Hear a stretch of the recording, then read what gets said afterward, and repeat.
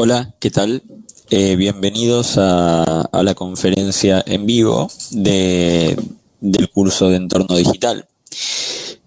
Como me conocen, mi nombre es Sebastián Camiser y voy a exponer algunos temas muy puntuales del entorno digital y del marketing digital de estos días.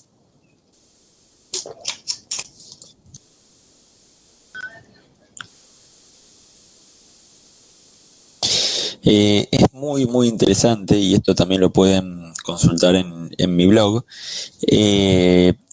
Digamos, la transición entre lo tradicional o el marketing tradicional y el marketing digital.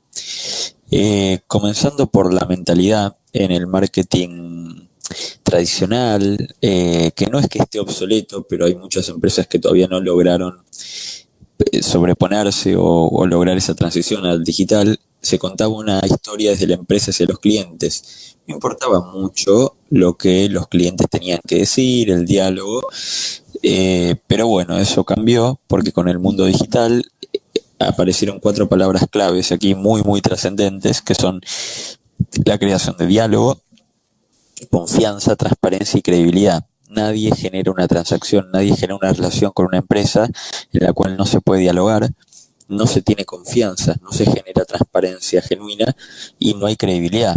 Imagínense que todo lo que la empresa no quiere decir, después en las redes sociales o en el mundo digital se expone. Así que, en definitiva, es bueno que la empresa tenga transparencia por sí misma.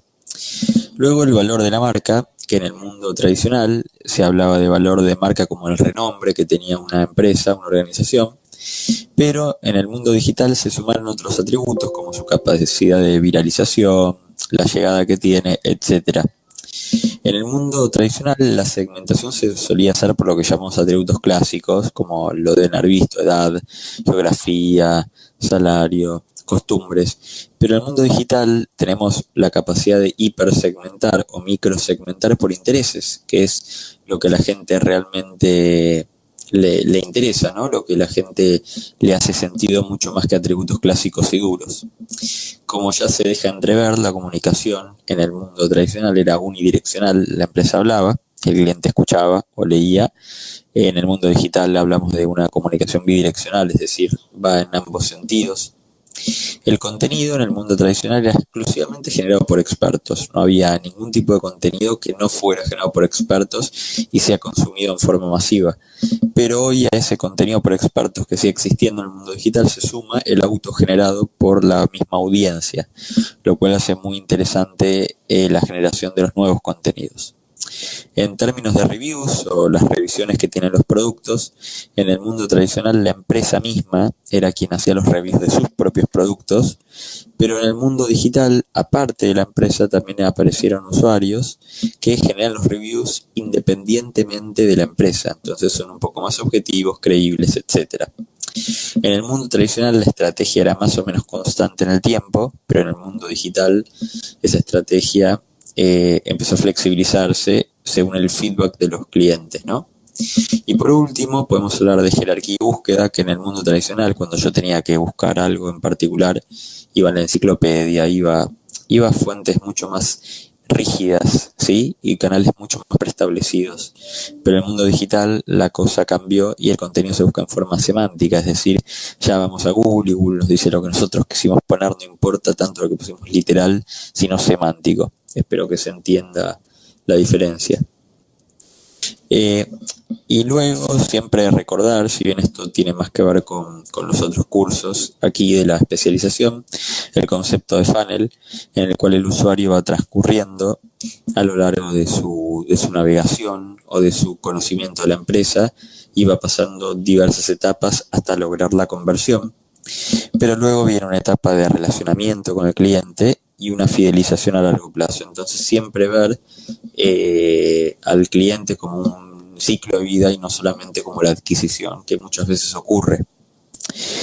Y es interesante mencionar que en el mundo digital no hay una sola red social, no hay 4, no hay 5, hay cientos, hay miles de redes, y hay redes, lo que llamamos redes verticales y redes horizontales. Las redes sociales horizontales, ¿sí?, son las generalistas. Podemos decir que Facebook es la más grande, pero hay muchas otras que son generalistas, no tienen una función específica, tienen más que ver con el ocio, pero se puede usar casi para cualquier uso. Pero también hay otras que las llamamos redes verticales, en las cuales son específicas de alguna temática. Por ejemplo, LinkedIn es laboral, Oxing, que compite con LinkedIn, redes de chat, redes de citas, redes de literatura, redes de radio y música, etcétera, etcétera, etcétera.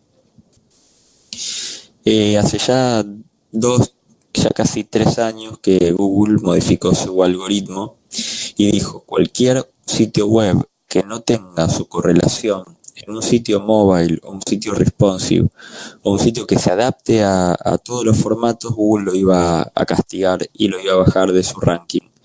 Entonces hoy ya no podemos pensar en un sitio o en un emprendimiento, lo que sea, que no contemple los móviles. Más allá de lo que diga o no diga Google, imagínense que hoy la mayoría de las personas navegan a través de un celular, por lo que no pensar en móvil es realmente peligroso.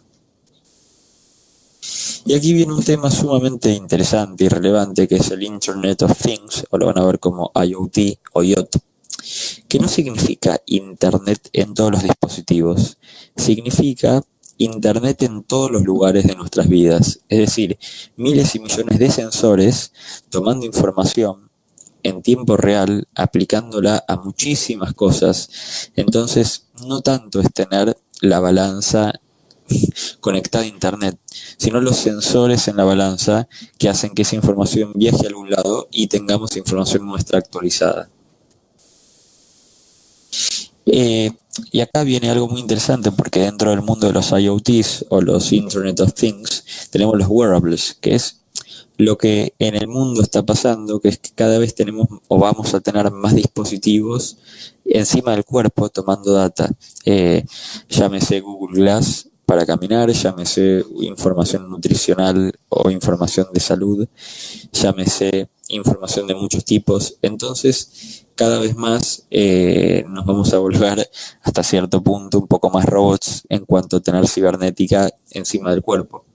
¿Pero por qué digo esto? Porque el gran desafío viene a nivel de Big Data, que es, que lo estuvimos hablando en esta unidad, que es el gran volumen, velocidad, variedad, variabilidad y complejidad de la información, grandes cantidades de datos. Entonces, el problema no va a ser de dónde salen los sensores o qué se almacena, sino en definitiva el desafío es cómo explotar esa información en tiempo real para que haga sentido.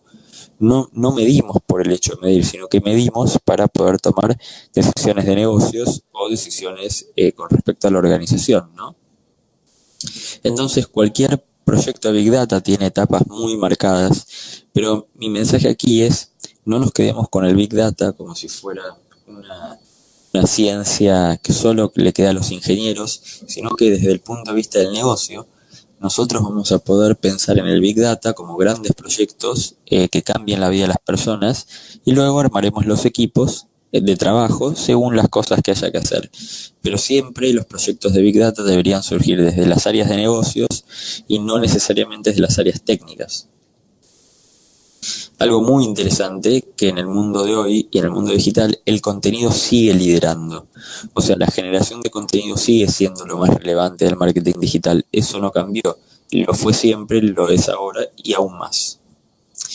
Y acá viene algo muy interesante, un concepto que a mí siempre me gusta dar, y me gustaría que después lo contrasten en la práctica, porque todas las empresas hoy en día lo utilizan, que es el concepto de gamification o gamificación o ludificación, como se usa en España, que es el uso de técnicas y dinámicas propias de los juegos y ocio, pero en actividades no recreativas. Es decir, utilizo técnicas de los juegos a situaciones que no son juegos.